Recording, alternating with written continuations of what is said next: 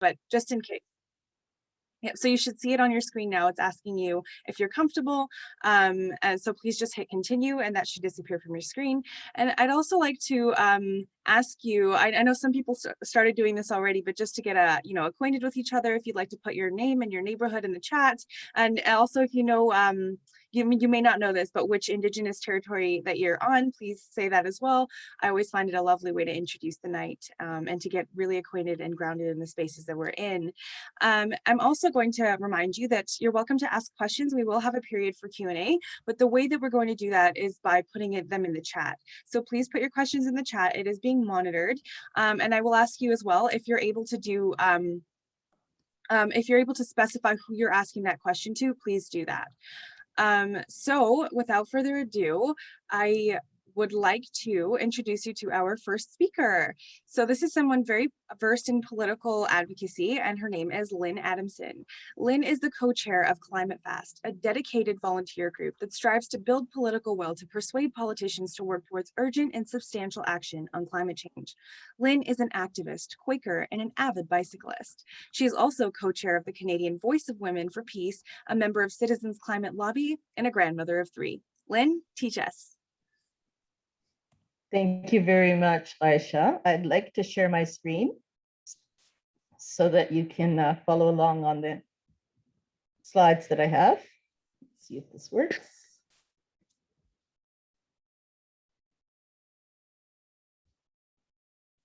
Oops.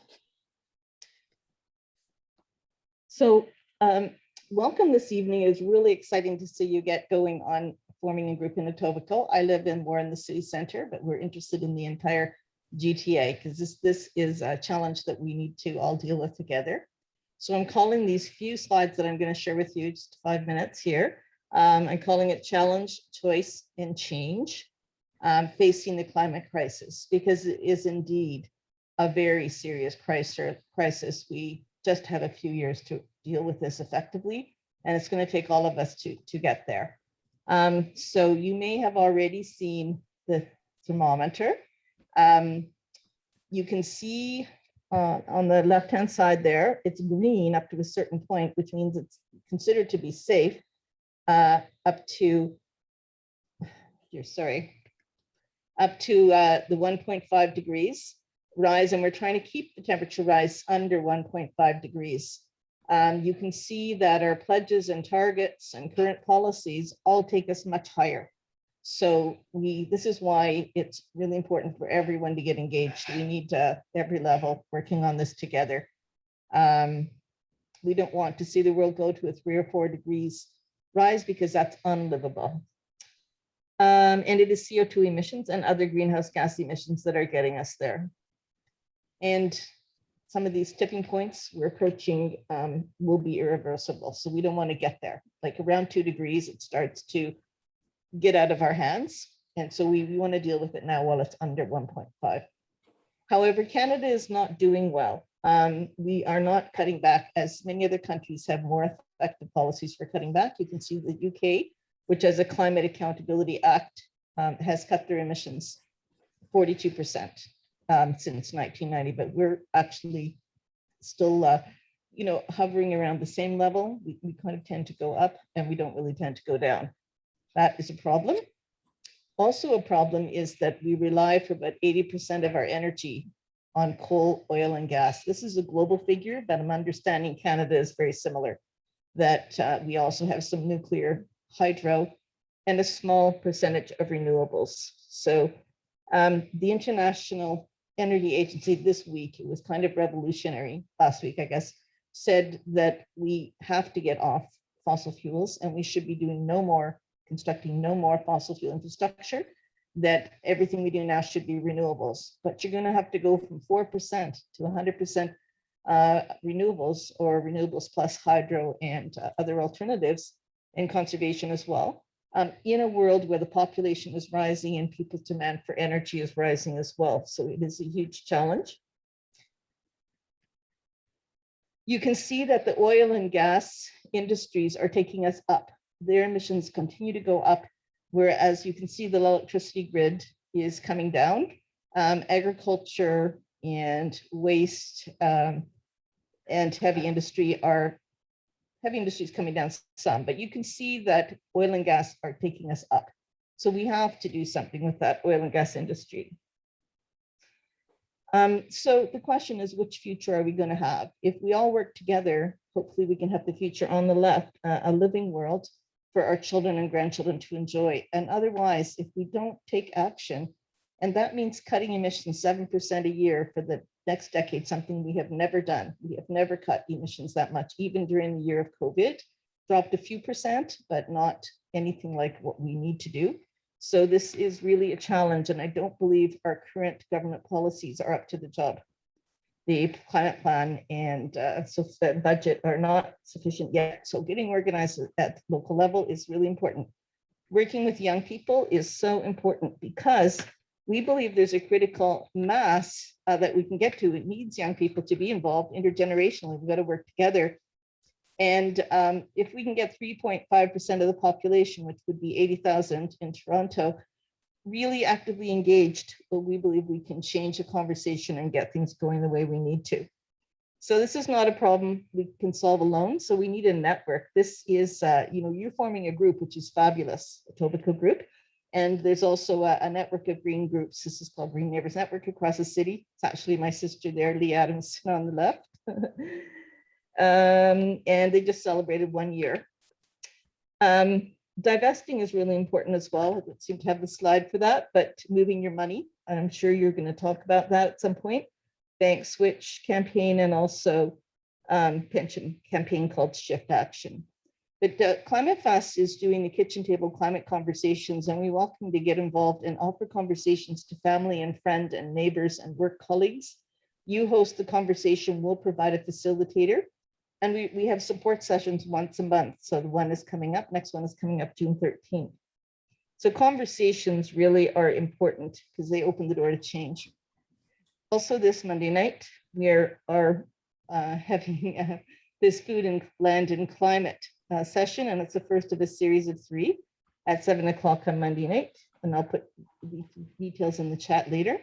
There we go, there's the timing. And there's also this campaign, which I'll be happy to share more with you later if we have time, Fossil Fuel Non-Proliferation Treaty, and we have an event on June 14th to work towards getting the Toronto government to join in this and to call on the federal government to negotiate this treaty and stop expanding fossil fuel use. And that is it. I will just stop my share and thank you very much for the chance to share with you, and look forward to the conversation to come. Thank you, Lynn, very much. Lynn has been super active in this area. Just met with some people this morning. She's really a tireless champion for progress on climate change. I put in the chat the website for Climate Fast, so you can find out more about them and consider volunteering with them. They're also very active on social media, where they post information about lots of other events and points of view and expert opinion. So it's a great learning opportunity to be following them on Facebook, Twitter, and Instagram. So we're moving now to from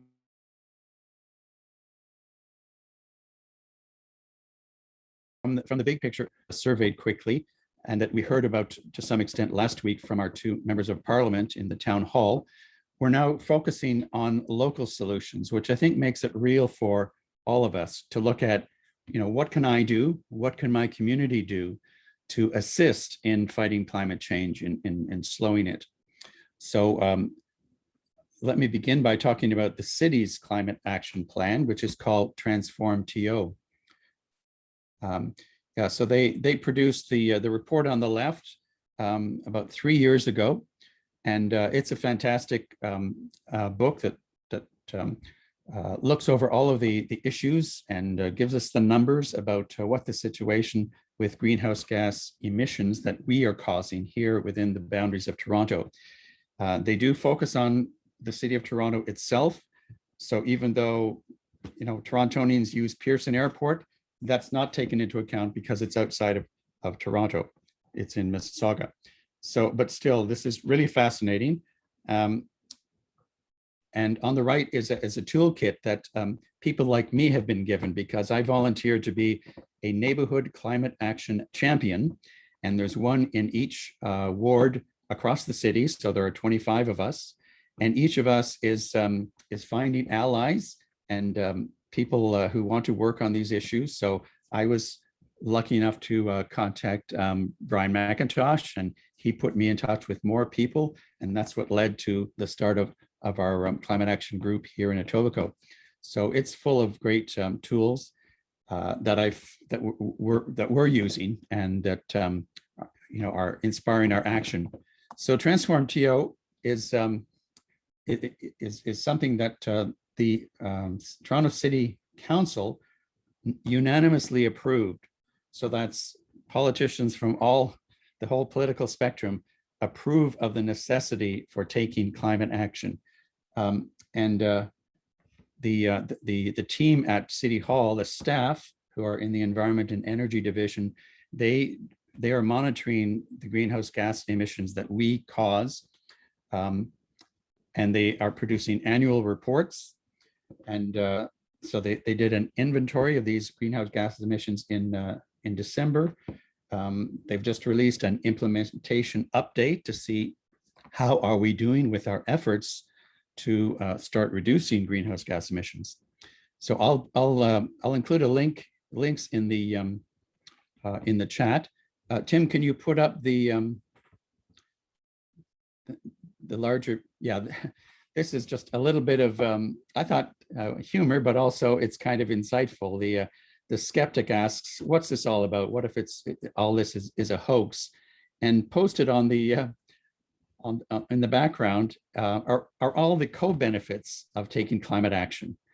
Even if there is no such thing as climate change, taking action on it, it will still produce all of these wonderful things, like making our cities more livable, because the air is better. We can walk to destinations instead of have to drive everywhere. We'll probably be fitter because we're getting more exercise. And we're also meeting our neighbors more instead of being isolated in automobiles. So there are many of these side benefits. Tim, now I'll go to the larger slideshow of Transform TO. Watching my time. So there's the toolkit. And we'll go to the next slide. Basically, what Transform TO brings to our attention are, first of all, where do these greenhouse gases come from, and what do we each contribute? So over half of it is caused by our buildings. That means how we heat and cool our buildings, the energy required to do that. Second is transportation, and that's overwhelmingly private passenger cars. And third, at less than 10%, is waste, especially organic waste that isn't properly composted. And below are the very important and ambitious goals of Transform TO. So this is the entire city has to be working on this. 100% of new buildings will be built to produce zero or nearly zero greenhouse gas emissions.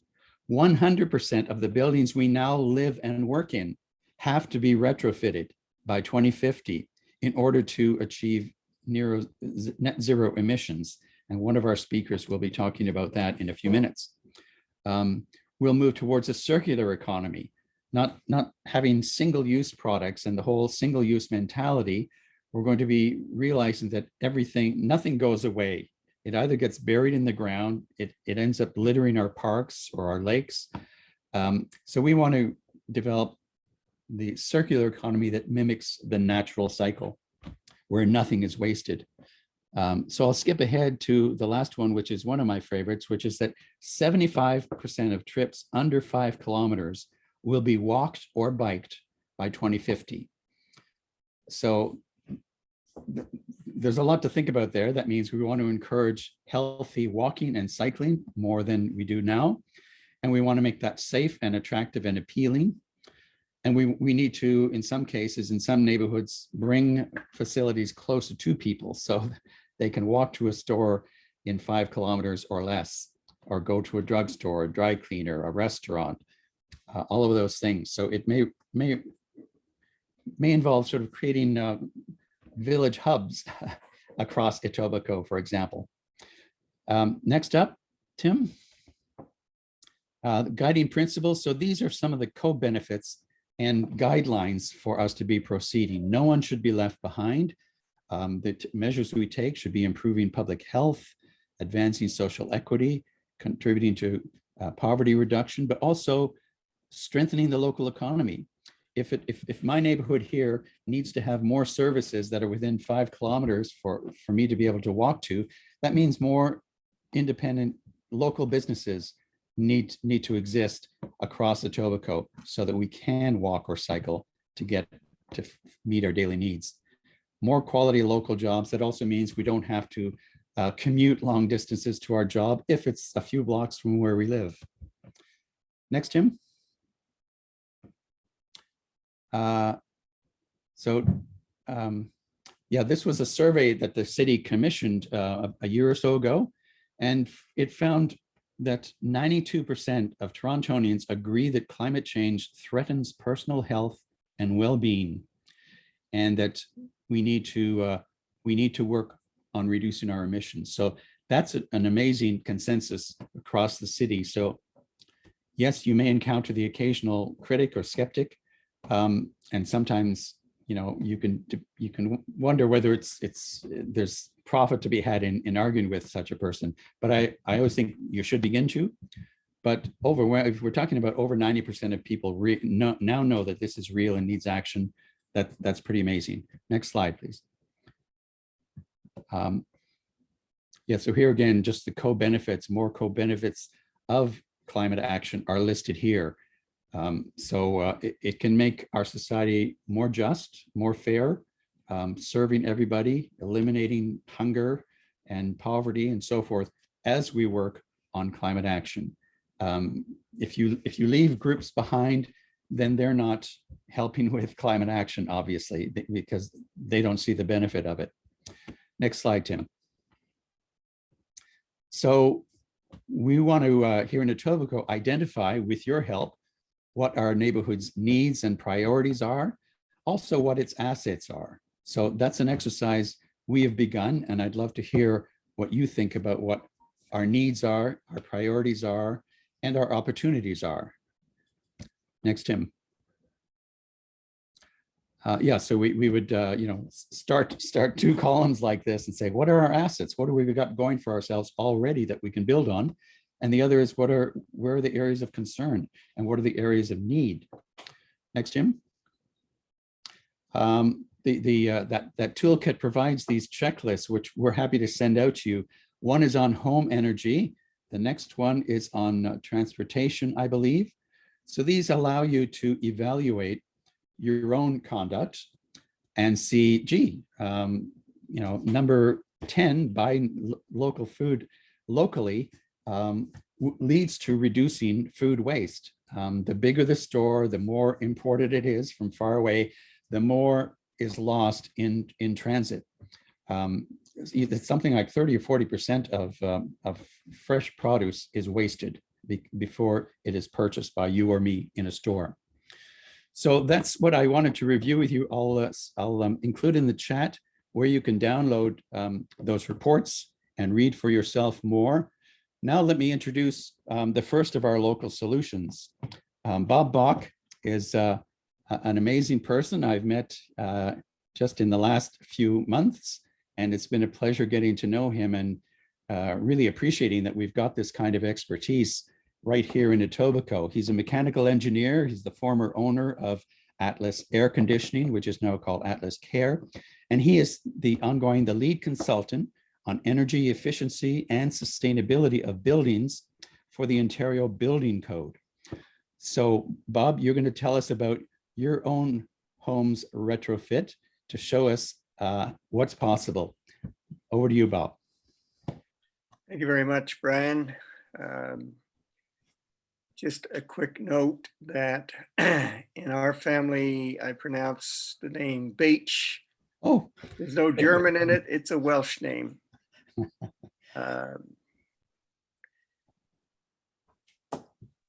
I'll just bring up my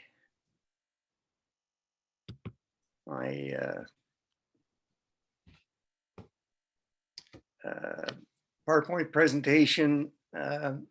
This is a house that I've lived in since 1979 with my wife and family. It is it was built in 1965 roughly, and I set about to take it to a lower carbon footprint. The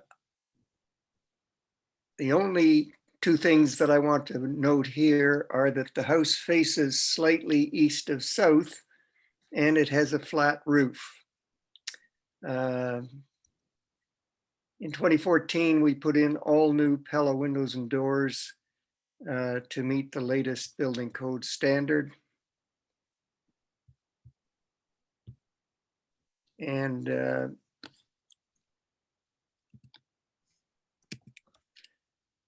in August 2018, I started on this project by installing a 3-ton Mitsubishi Zuba Central cold climate air source heat pump. I put in hundreds, if not thousands, of heat pumps when I had Atlas air conditioning. However, for auxiliary heat and for domestic hot water, I decided to go with a Weil-McLean high efficiency condensing boiler. And you may say, but don't you want to get to a lower carbon footprint? I do, and I'll show you how low we got. I installed in 2020 a 7.6 kilowatt solar photovoltaic system. It has a control called Solar Edge, which is a beautiful system. It allows me to see how much energy or electricity I'm generating. That was started up January 29th. I also registered for the net metering program, identified as the DER, or distributed energy resource, in an agreement with Toronto Hydro. The net meter billing started February 15th, 2020. Under this agreement, if I'm generating more electricity by the solar system than I need, I sell it to Toronto Hydro for exactly the same price as I buy it. That is the time of use rates. The only thing that you cannot do, I cannot do, is sell them more electricity over a 12-month period than I have purchased. This is what a solar PV system looks like. There's 25 panels on the roof. They're 400 watts a piece. That would total 10 kilowatts, but my agreement with Toronto Hydro limits the peak generation to 7.6 kilowatts at any given time. However, all those panels continue to generate electricity even when it's not operating at the peak, because the sun doesn't happen to be directly overhead. So this is the monthly solar output from my first full year. It's actually from March 2020 through to February 2021. For the year, I generated 9,574 kilowatt hours. I think if you look at your electrical bills and you're using a gas furnace and a gas water heater, you'll find that you're requiring somewhat less than that. So this is a summary of the change in energy use and emissions that resulted from my new system. First of all, you'll see that natural gas consumption in row 1 dropped from just short of 2,400 cubic meters down to 554, which was about a 77% reduction. The electricity purchased went up from roughly 6,050 kilowatt hours to almost 8,000. However, I sold Toronto Hydro back 6,721 kilowatt hours. So my net purchase fell from 6,050 in 2017 to 1,201. And that is an 80% reduction. For CO2 emissions, the CO2 emissions for the natural gas started at 4,550 kilograms per year and dropped to 1,052. And that is a reduction of 78%. So if you look at some of the material that Brian just referred to from the City of Toronto, in particular, a website called City Insight, they have 2 charts for every zone in the city. And the charts show 2 scenarios. First of all, business as planned, in which case the CO2 emissions do not drop a lot. And this is from 2016 to 2050. But they also do a low carbon scenario, in which case the CO2 emissions are projected to drop by about 75%. I'm already there. Good news, on May 27th, the federal government announced some incentives for things like heat pumps, solar PV, and some other things, insulating and air sealing, new windows.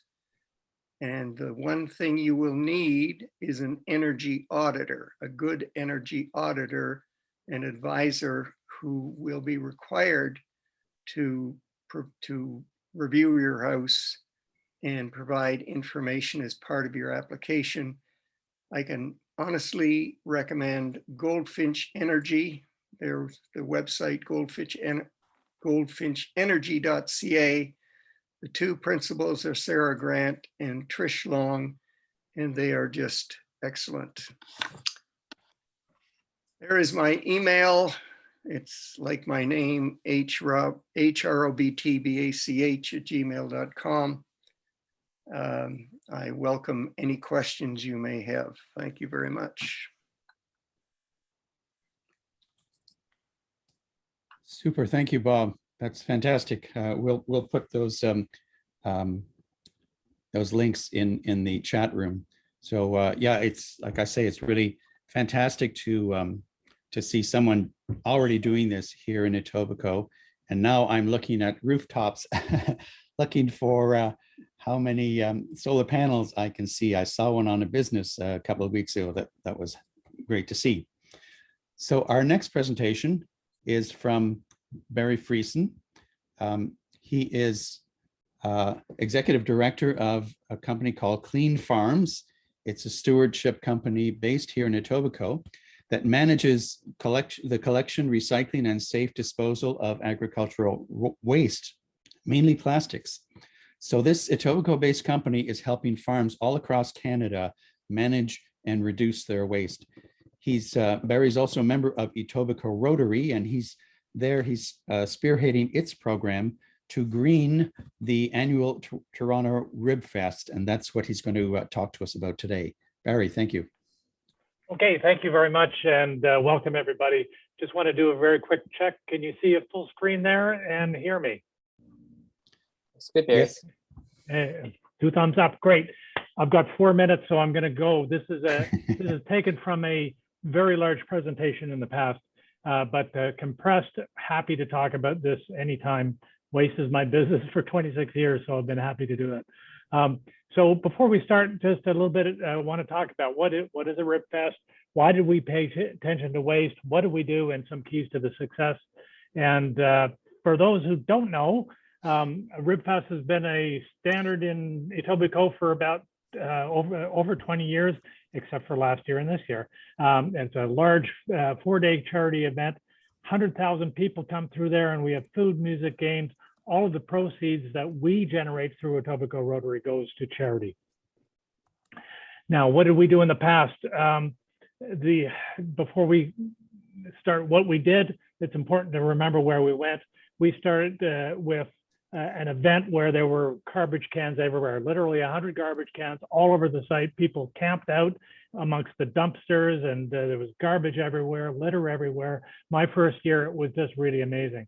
But what we do know is that each ton of plastic recycled reduces up to 1.8 tons of carbon dioxide. Each ton of paper reduces up to 4 tons. And if each ton of dry organics can save up to 6 tons of CO2. So we had a long way to go. That was in our sole driver. As you can see, the pictures speak for themselves. We needed to do something bad. So what did we do is that it was multi-level things. We eliminated virtually all the garbage cans, except for in the washroom area where there were paper towels everywhere. So the patrons had to put them somewhere. We controlled all the waste, the public and the vendors. On the public facing side of things, because we got rid of the garbage cans, we had recycling tents. Throughout the park, we had 10 recycling tents where patrons would take their waste and we would separate it for either recycling or composting or for garbage. Behind the counter, we required that all of the utensils were wood-based or compostable, that the cartons, the clamshells, where all the food went was compostable. We got rid of plastic, virtually all the plastic. I recycle plastic for a living, love plastic, but I hate plastic waste. And this was a great way to move towards a compostable effort. No plastic straws, sauce cups, plastic strips, because there are alternatives. And these are some more pictures of what we did. We made sure that there were people walking through the event, picking up the litter off the ground, and creating a much safer and clean site for venue for the event. We ensured that we controlled, as you saw in what we did in the past, was there was these dumpsters everywhere. There was literally 16 dumpsters scattered throughout the park where virtually everything went into. Instead, we had 4 dumpsters that were very secured. We didn't allow people to access them. Even the vendors couldn't access them, so that we made sure that we separated the waste. Leftover food was donated to local food banks. In this case, there was cartons of corn that was left over from the corn vendor, and we were able to move that to even better, not just composting, recycling, but reuse. We repurposed this food at a local food bank, which was great. So by the numbers, this is my last slide. Total amount of solid waste that was generated was 23 tons. In the past, that used to fill up about 16 dumpsters full. The total amount of organics that we separated was 12 tons. 53% of the waste by weight was organic. That was composted. Recycling, just over 5 tons, 23% of the waste. And the landfill waste was 5.7 tons, 24% of it, for a total waste diversion of 76%. But it actually gets better, because that was for the total amount. If we had more time at the back end, the first 3 days, we actually got 90% waste diversion. The last day we had 24 hours to clean up, so we weren't able to separate everything. So we could do a whole lot more if we had more time and more volunteers. So it was really a very successful event. We got great results. Happy to talk about. There's a lot more that goes behind the scenes to make it happen, but tremendous effort on behalf of the people of Etobicoke. Thank you. Thank you, Barry, for sharing that. I love how condensed but packed with information that was. There's so much going on there. There's a little bit of activity happening in the chat there as well. People are saying more festivals need to do this, and Clean Farm should be doing this for every festival. And if you think about it, Toronto has, well, you know, when COVID isn't a thing, but Toronto has so many street festivals. We're very much a street festival cultured city. So think about how much waste that is, and the opportunities that are there. So thank you so much for doing that. Yeah, I should. One of the interesting things is one of the years that we did this took place over a couple of years to get us to the sweet spot. One of the years, the front page headline and picture was the waterfront festival. There was this trash everywhere. Everything was all about garbage. We achieved, 90% waste diversion that day in ours, and there was no trash, no litter. So we were very proud of what happened. Yes, and you should be, and you should keep going. Thanks, Barry. For our next speaker, I'll be introducing you all to Carol Essex, who is a longtime resident and is very concerned, longtime resident of Etobicoke and is very concerned about the unfolding climate crisis. She's currently involved in Etobicoke Climate Action and Stop Plastic Locally and is a supporter of several Canadian environmental groups. And as you'll hear from her, she's also a member of the Humber Valley Art Club. Carol, take it away. Thanks, Aisha. And welcome, everyone. Can you hear me? Can you hear me? Sounds good, Carol. Yes. Absolutely. Okay, great, great. Okay. So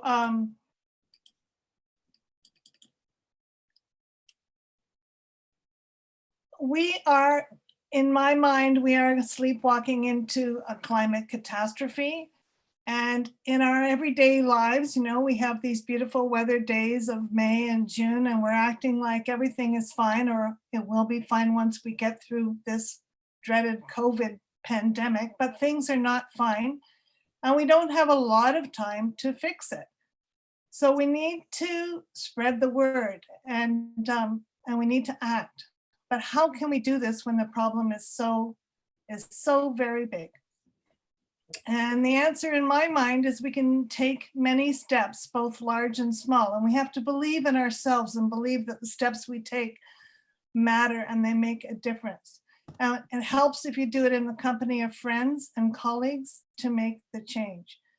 We can read reliable sources of news to understand the problems. We can spread the word, change our habits one by one over time. You don't have to completely transform yourself as if by magic, but if you change your habits over time, and advocate for systemic change by letting our leaders in government and business know that we want meaningful action and we want it now. We can support established environmental groups or we can join new groups. And time is short, so we need to start right now. And what I've been doing is, and what I recommend you do if you don't know how to get started, is you can bring your concerns to whatever group that you might be associated with in your daily life. When I was a teacher, I was a music teacher for Peel District School Board, and Earth Day was coming up, and we had 100 very young trees in the schoolyard. And I thought those trees, it was a very, very dry year, those trees are really struggling. And so I thought, well, we'll adopt a tree. So we did that. And it was a wonderful thing for the kids to learn about the trees and for the trees to get the water and the mulch and the things to help them survive. And now that I'm retired, I'm painting with a group called Humber Valley Art Club. And we offer our painting courses at Nielsen Park Creative Center, which if you've never been there, you should check it out. It's really lovely. They have arts and crafts and they have kids programs, seniors programs, and everything in between. So with the Humber Valley Art Club, I love to paint with them and they love to paint, and we put on shows every year. But due to the pandemic, we had to make a major pivot and offer all of our courses on Zoom. And we host at least 2 art shows a year featuring work by our members, and that was also online. And they still is online if you want to take a look at our work. But what does the art club have to do with the environment? Well, being painters, of course, we love to paint our beautiful planet. So this time around, because I volunteer, I don't just paint with them, I also volunteer on the executive. I suggested that we do more than paint it. I suggested to the executive that we sponsor an art show and a fundraiser to help the planet that we love to paint so much. And when I presented this idea, I did meet with some resistance from people, but most of my fellow artists were on board with the idea. And so this fall, we have a new show, which is open to members and non-members in the GTA called Art for the Planet. And critically, it's open to non-members. So it's going to be a very wide reach, I think. And this is a juried show, and how it's different from the other shows is to enter the show, you must pay a small fee to help cover the costs of our show, but you must also make a donation to World Wildlife Fund Canada, for which you will receive a tax receipt. And the art show will feature paintings related to the theme of Art for the Planet. At the reception, prizes will be awarded as usual, and we will also have a speaker discussing the huge problem that Barry was talking about, the huge problem of plastic pollution, its effect on wildlife, ecosystems, and on us. And some practical solutions will be presented, because it's important to give solutions, not just stare at the problem. Did you know that microplastic particles are eaten by fish? Well, most of you who are here probably already know that. And if you eat fish, you're also consuming some plastic. This has got to stop. Instead of eating salmon in aspic, we're now unwittingly dining on salmon in plastic. And only 9% of the tons and tons of plastic waste that we throw out in Canada gets recycled. The rest goes to landfills, rivers, lakes, and the oceans. Is this the legacy we want to leave our children and grandchildren? I have children, I have grandchildren, and this is what drives me forward, that I want to make this change. And I hope that you will join me in doing this. And thank you, everyone, for listening.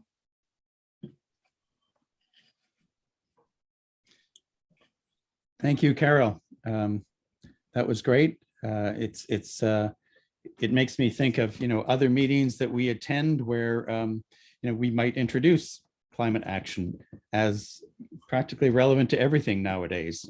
So you took an art group and you said, let's take into account how we have to live with climate change and what can we as artists do about it. So we look forward to that art exhibit this fall. We hope we can visit it in person. Yes. And Nielsen Park Creative Center is beautifully situated. It's got the Etobicoke Creek behind it and a tributary to Etobicoke Creek on the other side. It's well worth a visit by bike or foot or car if necessary, or TTC. So thank you very much, Carol. We're going to move now to questions and answers that have been posed in the chat, and people can continue to add questions there to any of our presenters. If you want to speak to somebody in particular, specify that you'd like it to go to Bob or Carol or Barry. So Aisha is going to be our moderator for this Q&A session, and she's got some questions to deal with right now. So over to you, Aisha. Thank you, Brian, and thank you everyone for those thoughtful presentations. So we are running just a touch behind, and I just wanted to put it out there that we may go to about 8:15 to 8:20. So if anyone really has to step off at 8 o'clock, you're of course welcome to do so, and thank you for coming. But if folks are comfortable sticking around a little bit, there's definitely lots of great questions in the chat here that we're going to be getting to now. So for our first question, there isn't a presenter specified, so anyone who feels like they have something to say is welcome to jump on here, but are there any government grants for green builds at this time?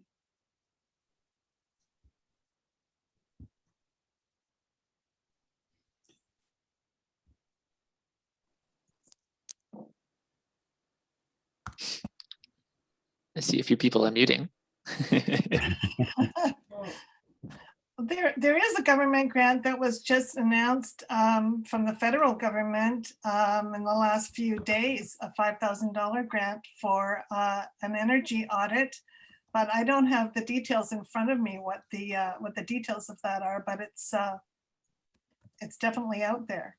So it has to do with retrofit and also flood prevention and also the energy audit, which would kick things off. Thank you. Robert, did you have something to add? Just this, that the Ontario Building Code currently sets a very high standard for the construction of new homes and buildings.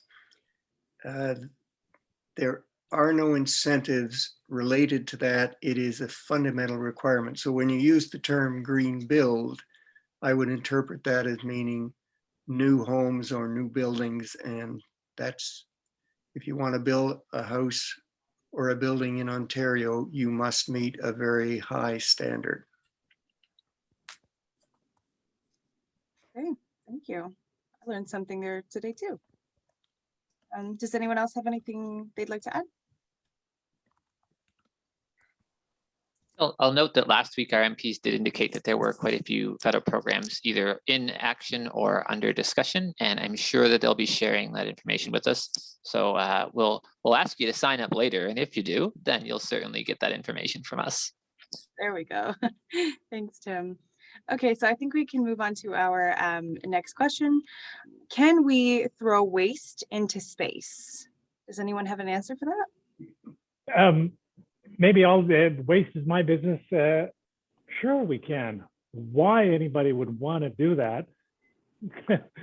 Because waste is really a resource. As we've proven at time and time again, a good portion of this is not waste. It's just a resource that needs to be repurposed. And there are far, far better ways to manage it. It's a good question. I know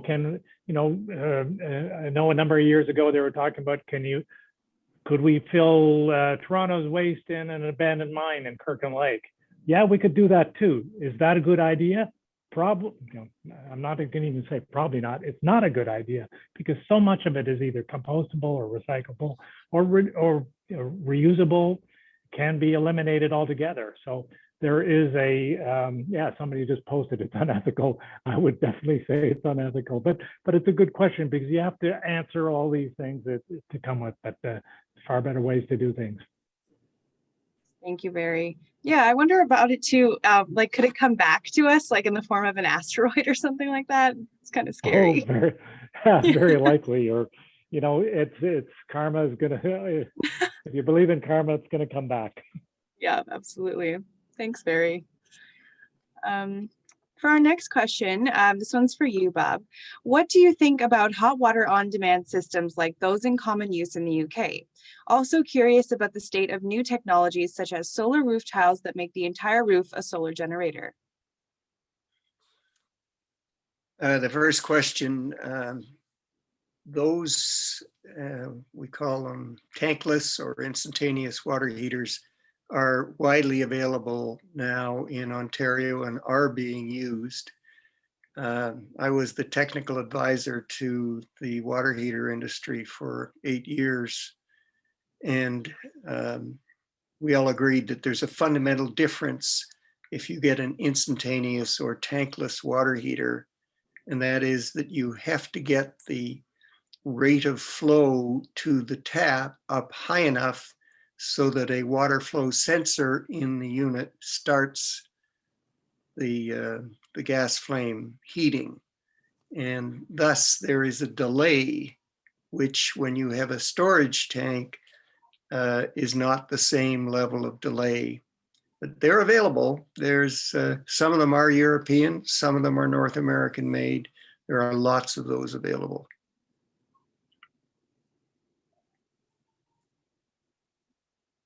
Thank you, Bob. Yeah, it's amazing to hear about the options and how far technology has come in this. I think we're going to have to move to our breakout rooms now because we do have some activities planned for you and we want to hear from everybody as well. But again, alluding to if you do sign up for our email list, you will be getting the answers to your questions. So please stay tuned and I will hand it off to Brian to introduce the breakout rooms. And so the breakout rooms, we're going to offer you 4 different topics for you to enter a breakout room that will focus on that with one or more of our speakers. So those options will be appearing shortly, and then just click on one. Should you have an older version of this Zoom software, you may have to write to in the chat to Tim Ellis, who's our tech person tonight, and he can sort of manually put you in the breakout room of your choice. Thanks, Brian. You should now see the breakout rooms are open. If it's not popped up on your screen, there'll be a button at the bottom that says breakout rooms, which will allow you to select. If you're not able to do that, let me know, but you can see there is advocacy, energy retrofits, transportation, and water problems and solutions. So feel free to jump into whichever ones you'd like.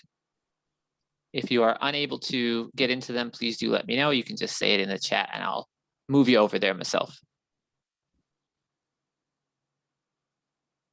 I see some people joining, but I see some people are not. So Having trouble finding water, please. Great. Yep. Feel free to just put in the chat where you want to go if you can't get there, and I will send you over.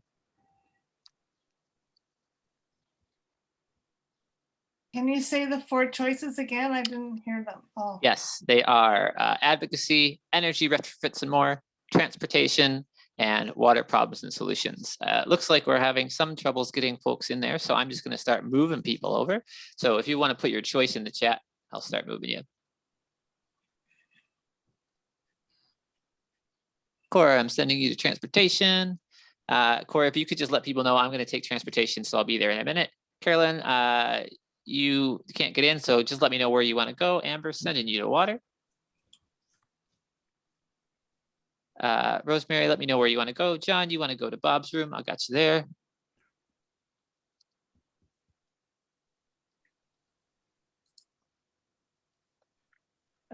Johnny, you want to go to advocacy? I got you.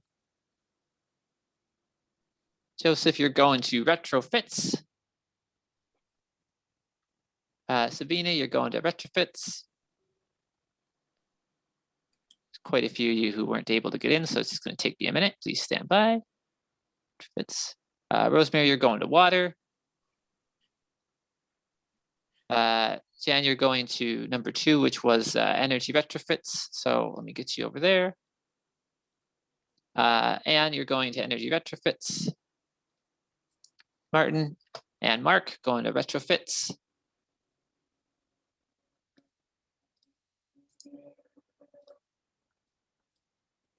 Brian, you're going, Marion McLean, you're going to advocacy. Looks like you made it. Diane, you're going to water. Nora, you're going to water. Donna, you're going to advocacy. Lynn, I see you for water. Rosemary, see you for water. Oh, got you already, looks like. Debbie, you're going to transportation. Jerusha, you're going to water.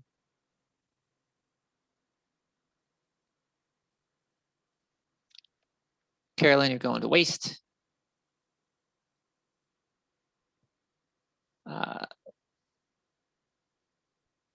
Not sure we had a waste, actually. We've got energy retrofits or water problems and solutions. I think that's the one you mean.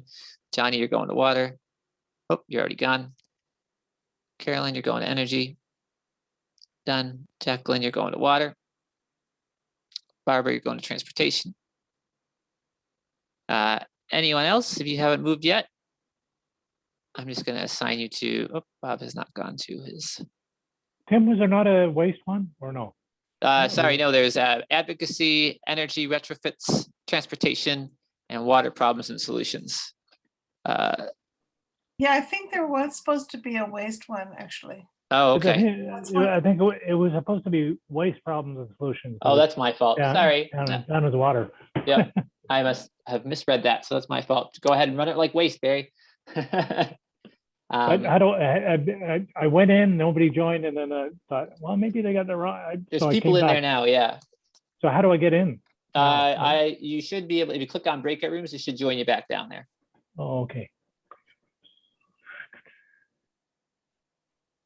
Oh yeah, there we go. Okay. Great. Cheers.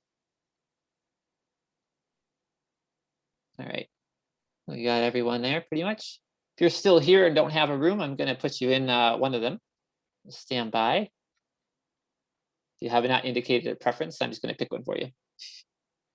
Last chance to put your preference in the chat. All right, here we go.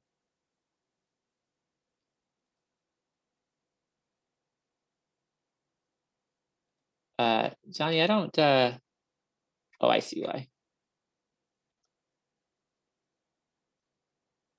Move to waste. Here we go. Great.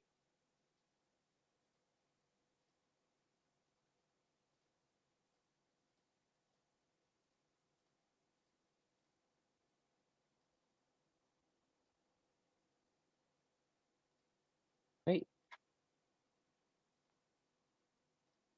Which is my. Oh, Right. okay. Hi. Yeah, there. Hey, Tim. Hi, Tim, are you our leader? Yes, he is. I'm filling in, yeah. Okay, cool.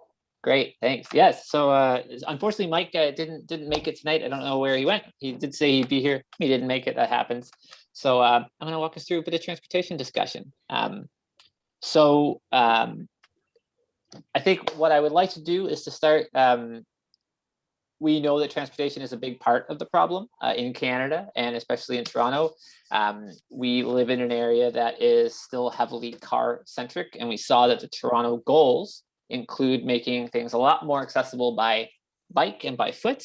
And I think also, parts of Etobicoke are quite transit friendly. If you live by Royal York Station, you're doing okay. Parts are not.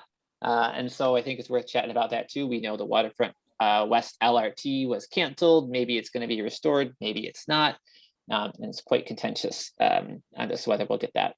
So what I'd like to do is chat with folks here, maybe do a quick go around on what brought you to the transportation discussion and invite some discussion about what kinds of transit solutions or transportation solutions would be viable here in Etobicoke.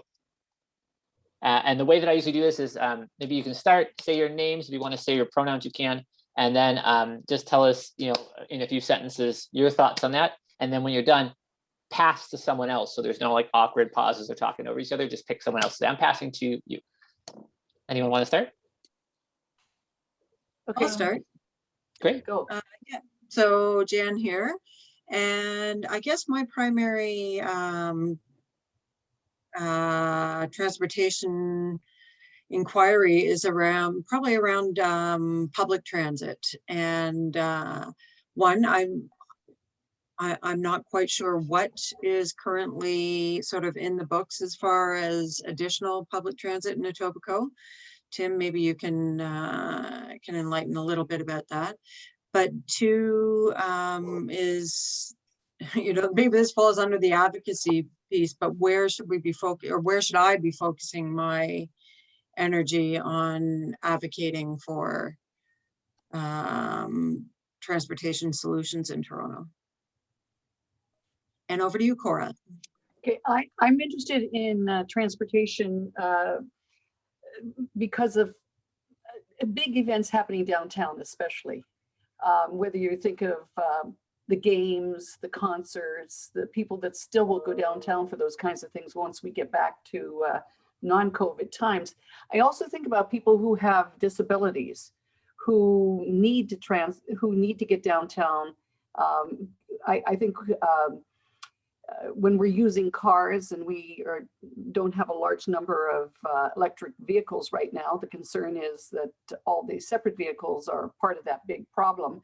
So our public transportation is so important, and as well transportation for people with disabilities. So if they have to get down to the hospitals, they don't have to rely on people with their cars as much as if we have the disability services. I can't remember what they're called now, but that they can go and they already have the electric vehicles, or they're having far less of a situation there with emissions.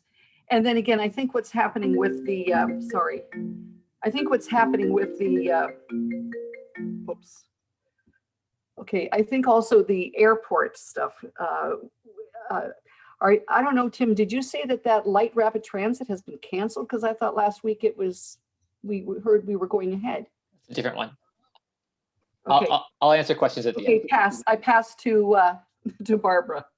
Okay. I think the transit is still, the Eglinton line is still going ahead. Okay. I think Tim was talking about one that was down by the lake. It was a different one. Okay. I think transit is huge. I think ideally we should try and get no cars downtown, and yet our transit isn't sufficiently organized that we can do that. If you have any disability at all, you can't travel. I have to use a cane sometimes. I have a stumbling problem. I haven't used the subway. I try not to now. And also, I think even with the subway lines, I think we need to, energy-wise, we need to be more friendly, environmentally friendly in how we use them. And I don't know how to do that, but I'm sure that we could improve greatly. Debbie? Hi, everybody. Sorry, I have to apologize. My camera is not working. I have an external camera and it's also not working, so my apologies. I am here. Yeah, my concerns about transportation are several things. One, the Mississauga buses come through Etobicoke, and I don't know if this has ever changed or not, but they don't pay anything to the GTA for using our roads. And I know that the buses have caused a lot of problems just on the roads itself, and not also the buses polluting the air. My other concern is also the airport. I used to live, I think it's now an emergency runway over my house, where they dump fuel. Whoa. And you can smell it in the air often, especially in the summertime, when I think if they have too much fuel on their planes, they have to dump. And so that's also, I know it's not in the Toronto area, but they are flying over our area and doing this. Also, the electrical cars are still way down the road for being available. I mean, there are some available, but if you are traveling and to be able to plug your car in certain areas, if you're not close to a spot, it can be an issue. And so, and it's also the expense of even getting these vehicles is very high. So I think that's probably my main concerns, along with many others, of course, is the downtown core. But even, you know, out here in the suburbs, if you go on the highway in the QEW, it's bumper to bumper. It's, you know, always a traffic jam, especially around between the Burlington and Oakville area, and into now around the 427 and the 401. So all these cars are just sitting bumper to bumper. So it is a really big, huge problem. So now I think, was I the last one? I think so. I think so. Yeah, great. Back to Jim. Sure. Those are some great questions in there. And I'll do my best to answer the ones that I know the answers for. I'm getting requests for help, sorry. Let's see, I see why. So the first one here, what kind of transit projects are in store for Etobicoke? I know that they're going to be looking to build the Park Lawn GO station to expand access for Humber Bay Shores to the GO line. The Eglinton line is still going to continue. That is carrying on. You're absolutely right, Barbara. The one that was canceled is the Waterfront West LRT, which would have run along Lakeshore and expanded transit access there. That's still up in the air. It might happen, it might not. It's been like canceled, but you know how these things are. They never really commit.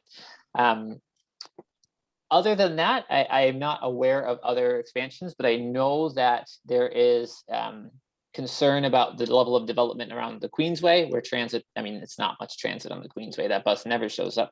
And they are building quite a bit. They've just put in more applications to build a lot of what's called transit focused development, I think, something like that.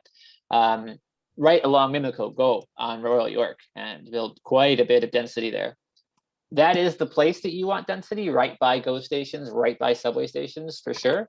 But there is, you know, there needs to be a certain amount of accommodation for ensuring that there's last mile transit as well. And that's where things like bike lanes come in, and making sure that there are options for people in that distance.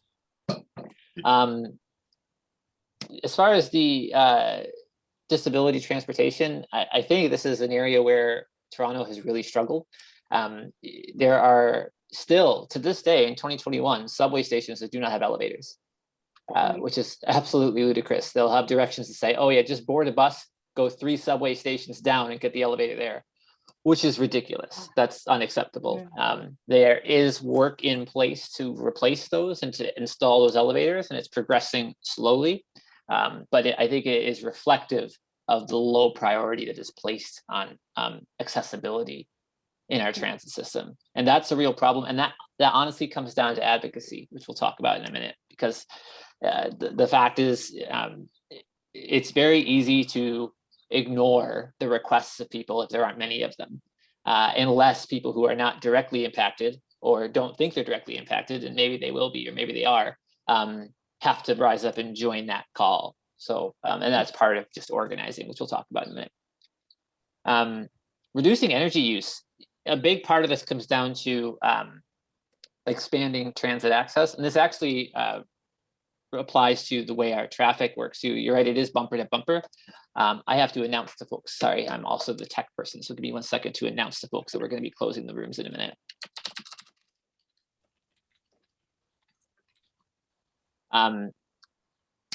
But the fact is that transit can be electrified.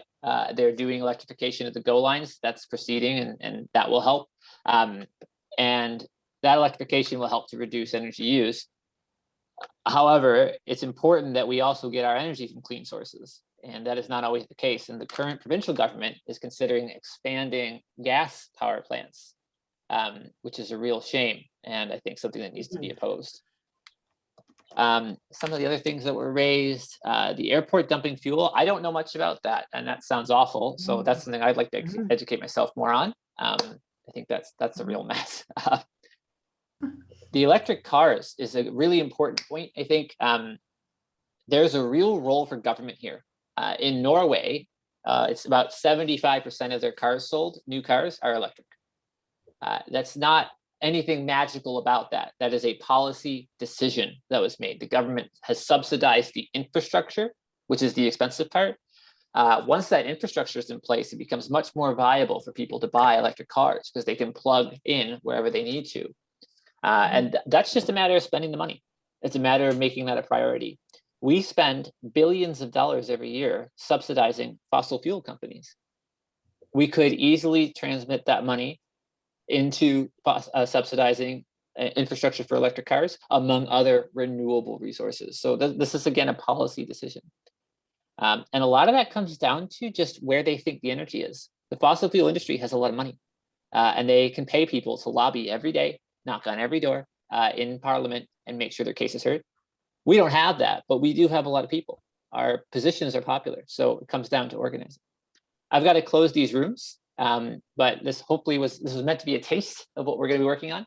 So we'll bring you back and we'll carry on the mission there. Does anyone have any last thoughts with our last 60 seconds? Yeah, Wheel-Trans was the name of the service. Yes. And the issue of when, say, the subways come into Kipling from Mississauga, there's no space for us. Thank God the TTC has done some stuff with changing the switches to get more vehicles on the en route. However, we've got a lot to do with TTC. Yeah. I was muted, but folks. agreed. Yeah, thanks very much. All right, see you all out there. See you there.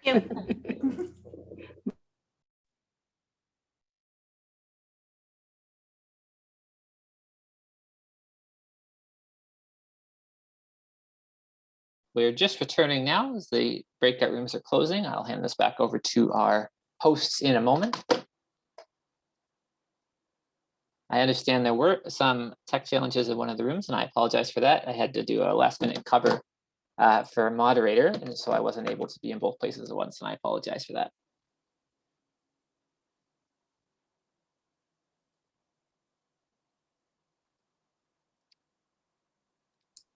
All those rooms should be closed.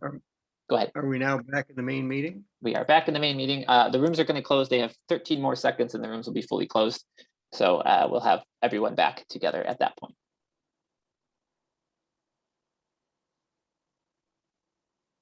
Okay, suddenly I'm not in my room. That's right. Everyone's back now. Okay.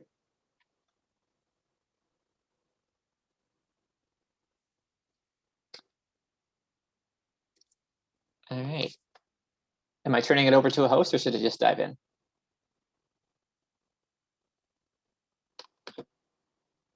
Well, I think we have to introduce you, Tim, because you're going to be sharing some stuff with everyone. So just give me 1 sec here. Welcome, Tim. I think we've all gotten to know Tim over the last little while anyhow, but just to speak about him a little, he's helped organize this session, which you can all tell, and he's also managing the technical side tonight. He immigrated from the US in 2012 and has been working with LEAD now, where he's facilitated a range of progressive campaigns.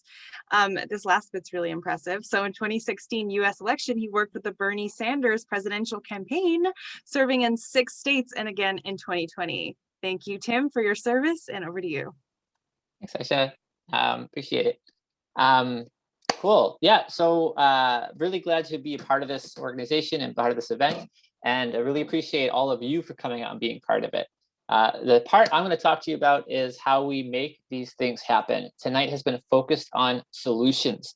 And we've been focused on the individual solutions, and there's a lot of them. There's a lot of ways we can all individually contribute. There's also ways that we need the entire country to contribute. We need to work together collectively for the things that are systemic, that need to be changed from the top. It's got to come from both directions. The way that that happens is by regular people like us organizing. That's what I have dedicated my life to. Before I was into politics stuff, I was a rave DJ, which was a lot of fun. I still do it. It's a blast, remarkably transferable skills. Organizing a concert, very much like organizing an event like this, and organizing politically, because your goal is to get people to take action together to create a shared experience. The shared experience we want is the better world we deserve. And so what I'm going to do is I'm going to share a link here, which will allow you to plug into this group, Etobicoke Climate Action. We are going to have an organizing meeting. I'm going to give you a quick look back at how this group came together. There were 2 groups kind of forming at the same time to put together some climate events. And the reason is because we know that we need to take action. It would have been really nice if the oil companies, when they had learned about this in 1980, had taken action, and we could have done this nice and gradually. They didn't do that. They didn't just miss that opportunity. They stole it from us, unfortunately. Now we got to be fast. And the only way we can do that is to all work together. So I'm going to share this link. These 2 groups that came together to put these events together we did an event last week, a town hall, and then we did this event tonight. We started talking to each other, decided we wanted to form one coordinated group. This group is going to take action here in Etobicoke to advocate for climate solutions, to share education about the kinds of solutions that exist. You've heard some tonight that people here can take right now and start to work together on right now. You've also heard some that'll be bigger, that we need the government to be involved in, and that people here can advocate to make that happen. The way we do that is by talking to each other. So our next step, we're going to invite all of you to join us. We're going to follow up with you. We're going to organize a meeting together between all these folks who've indicated they want to be involved to figure out how we can stay involved. And the reason is, when I work at LEAD now on these climate campaigns, we meet with MPs all the time. We organize people across the country to meet with them, and they tell us the same thing over and over and over. They want to do more. They don't think people are there yet. But the truth is, the people are there. We just need to make sure they know it and see it. And we can do that by getting involved together here. So I'm going to invite you here. Please click that link. Please get involved. Please connect with us. We will stay in touch. We will give you ways you can be part of this. We will work together, and we're going to make it happen. We got to make it happen. I'm really excited. My partner and I are hoping to start a family here soon. And it's really important to me that we have a world here for our kids to live in, to enjoy. We've been very blessed and very lucky to have the world we do. I want to make sure that we sustain that. It comes down to us. This is the last chance. So we got to do this. So please fill it out. Please sign up now. And thanks again for being part of this. I'm very excited to make it happen. Back to you, Aisha. Hi, thanks so much, Tim, for those thoughtful words. And I really love that you brought that scary worldwide reality home by talking about your own situation. You want to start a family, and congratulations. And I really wish you the best in that. So thank you for all of your work on the campaigns and for everything that you've done to further this cause. We really do. We're running out of time, but there is hope. And I really love that you brought that point home. I don't know about all of you, but I low-key signed up while Tim was talking, because I just feel like you were so emphatic. I would have a hard time saying no. Does anyone else feel like a little bit enchanted almost? But yeah, absolutely. And I'm still seeing in the chat, you know, even animal advocacy wants to link with environmental organizations. These things are so connected, you know, the animistic nature of the environment and the world, it absolutely is interconnected. And I really feel that we've captured the spirit of that tonight. So I'd just like to thank everyone for joining and for caring so much about everything. We can feel the environment hurting, but as long as people continue to mobilize, just like you've done tonight, just by coming out and just by being there and showing up and being present, we can fight this. And I really, truly do believe that we can win. Thank you so much, everyone. Don't forget to sign up and stay tuned, because Do you want to take a screenshot of everybody? Oh, that's a great idea. Yeah, it's kind of nice to do. So everybody's got a smile, right? Yeah, everyone, let's do a countdown. We'll go to a count of 3 here, and we'll take a screenshot. On the count of 3, give me a thumbs up, give me a fist up, give me a smile, whatever you want. All right, ready? 1, 2, 3. There we go. Great. Thanks, everyone. Thank you. Cool. All right, see you all soon. Bye. Bye now.